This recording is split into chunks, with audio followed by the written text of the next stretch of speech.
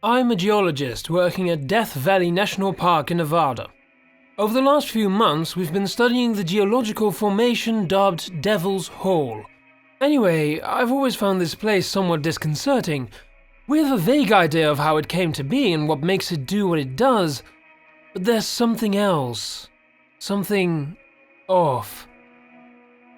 The other day, we sent a little submarine drone into the water to see if it could map out the labyrinthine cave system we know is there, but has been completely inaccessible for decades. Also, we wanted to find out how deep it goes. The fact an earthquake in China could cause the water to rise so substantially at this spot in Nevada makes us think it goes way deeper than preliminary estimates. The sub started to map the first 50 feet. It was tough to get a great signal. The mineral content of the water was really inhospitable to the systems we use and how they communicate with one another. Not to mention the superheated water near the geothermal vents once you get down there could be enough to disable the drone entirely. At around 75 feet, the signal got really touchy. We'd have a few minutes of decent communication, but then it would cut out completely and leave us wondering if the sub had crashed or had been damaged beyond recovery. During the windows when we could move the drone, we explored from cave to cave and went deeper and deeper. The water was well above boiling.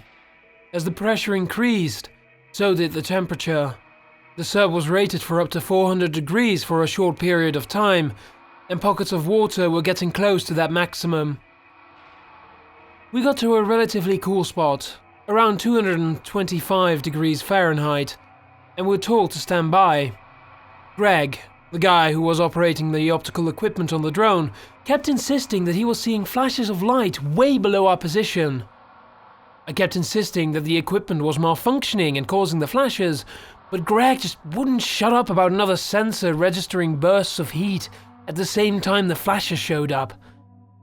We argued for a little while and the drone stayed in place. The water level in the hole started to rise. This wasn't unexpected. A surprisingly little amount of seismic activity anywhere in the world was enough to move the water over here.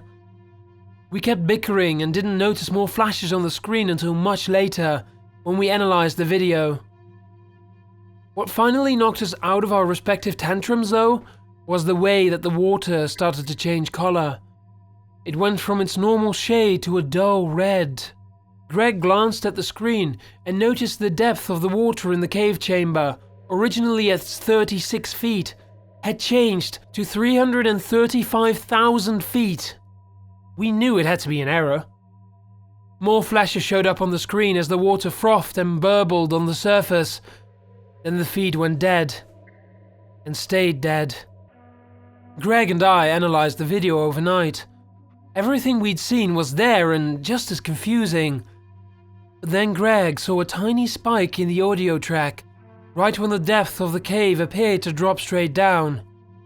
He ran it through a few filters to amplify the signal and clean it up. Then he played it back. We listened to it about 20 times in a row, despite hearing it perfectly the first time. Let me sleep.